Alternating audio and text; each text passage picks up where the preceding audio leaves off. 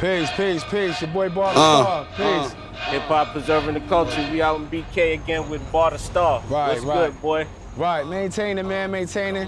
Evolution as we was just kicking it. You see Brooklyn is on a come up, beautiful thing. You know what I mean? Definitely. How you been? How's everything? Everything good? Maintaining Family good? it, man, maintaining, man, just dealing with the music, you know, trying my best to keep my head low, but staying focused more into the music of anything, trying to get these singles out. I got this one single out called Go Brooklyn, as you see where we at in the background, and hopefully this one be the one that everybody gravitate to, and we do something with that. So lay some foundation. Tell the people about yourself. Where you from? You from Brooklyn, born and raised? Definitely. From Bed-Stuy, Brooklyn, Marcy Ave, 775. Shout out to all my brothers at NA Rock, you know what I mean? I came up in the 90s, you know, riding around, battling everybody. Project Hallways, 50-man cypher, 40s blunts, you know how it go, corner breaking days. I'm one of them dudes. I come from that background, and here we are in a new day, and I'm still an artist, so I'm still writing and just basically trying to, I ain't even adjusting, I'm just making things happen where the world gotta adjust to what I got, you know what I mean? Ain't nothing lost, we still Brooklyn. That's what it is. So, Right. So coming up now, give me some of your influences coming up. Like, how did you get into music?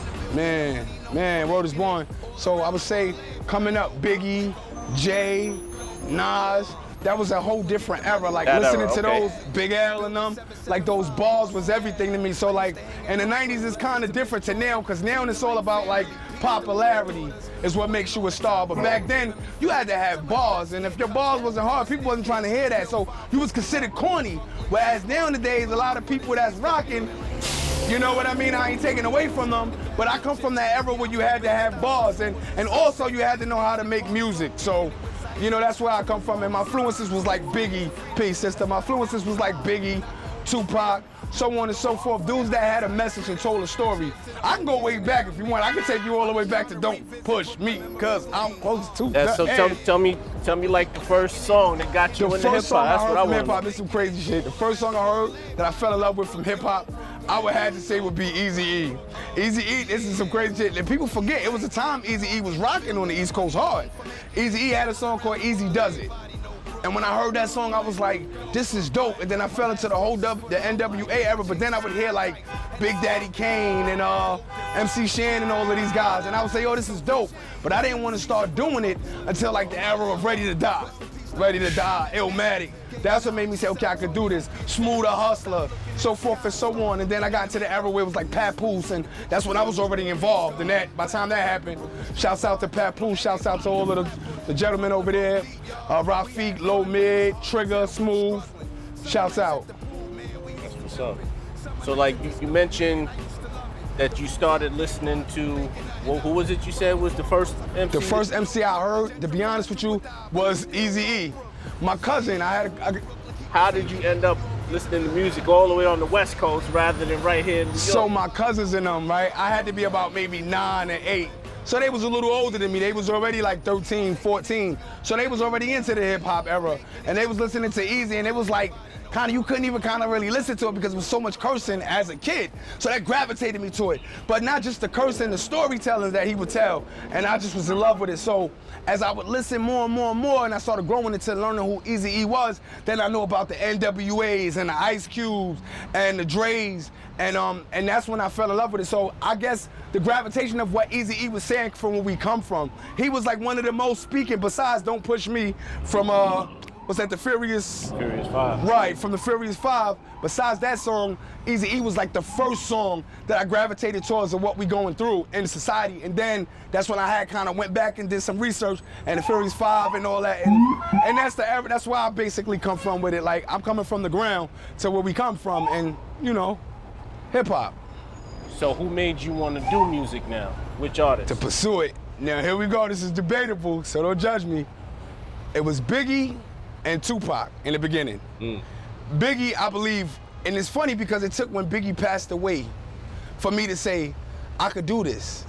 But before that, it was just I was a fan. I could rap on the corners and stuff like that. But when Biggie passed away, I seen the vibe he left behind for people. And it was like, damn, like that was heavy. He told a story. And then when you scratch your head, you say, oh shit, that's the same story I got.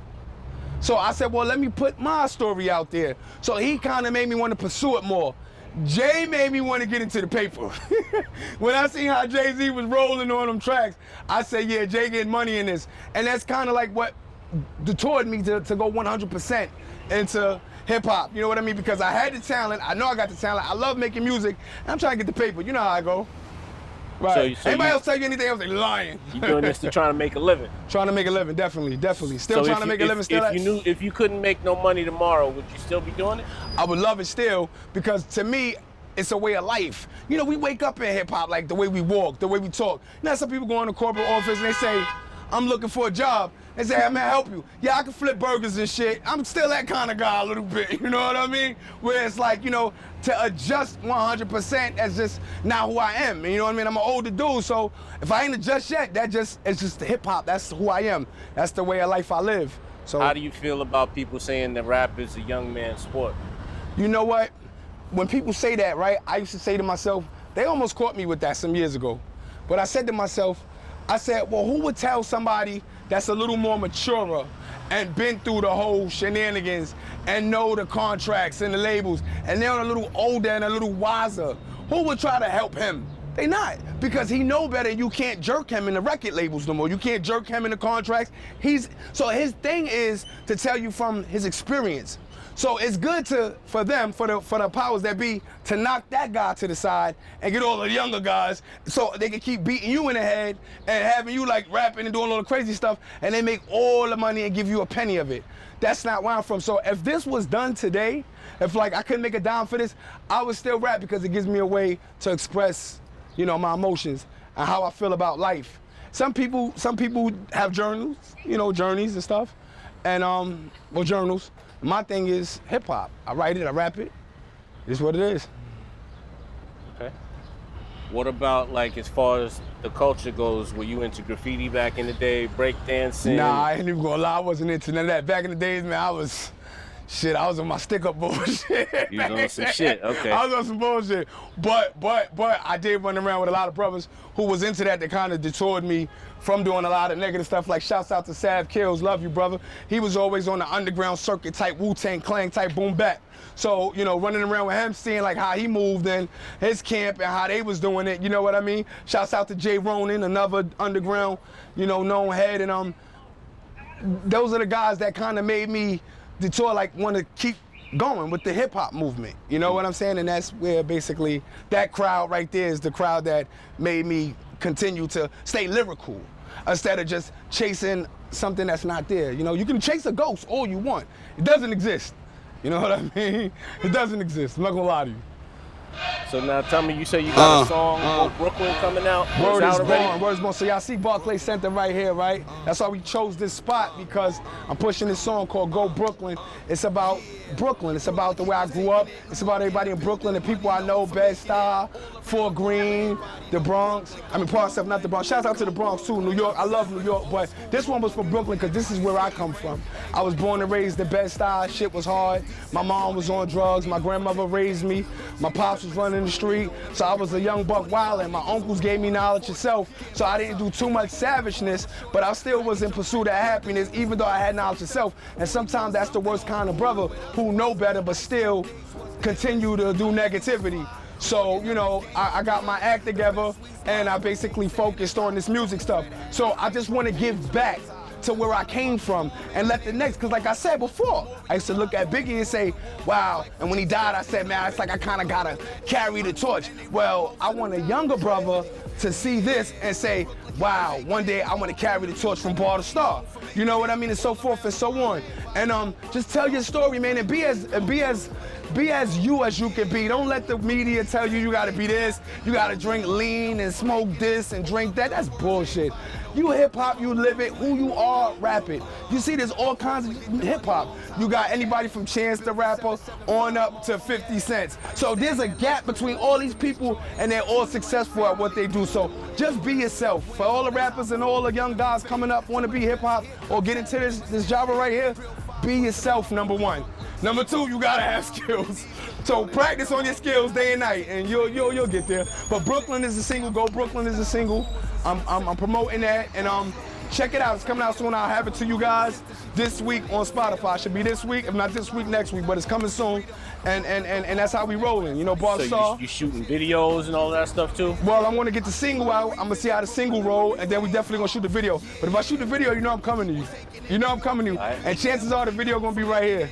So tell me now, what kind of catalog you got? How many EPs? How many albums you got? Oh man, so what I'm working on now is I got the Go Brooklyn, like I say. I got Wishing on a Star, which I had Wishing on a Star out for like a few years now. That was the single. And I had Misunderstood. I got a few joints out, but it's a lot more joints that I'm working on. So I'm finally getting back into the movement of music because I took a break where, you know, I was doing the fatherhood thing and trying to take care of the household and, you know, trying to keep myself from above the water, going through little law issues and stuff like that. But that's out the way, and I got a lot of heat coming. So just stay tuned. I got some stuff coming for you. Peace, God. Forever rapping Brooklyn streets, God. From NA Rock to Flatbush, Brooklyn rolled deep, y'all. We had fun, but it was hard to tell we were struggling. Summer nights at the pool, man, we used to jump it. Summer nights at the stoop, man.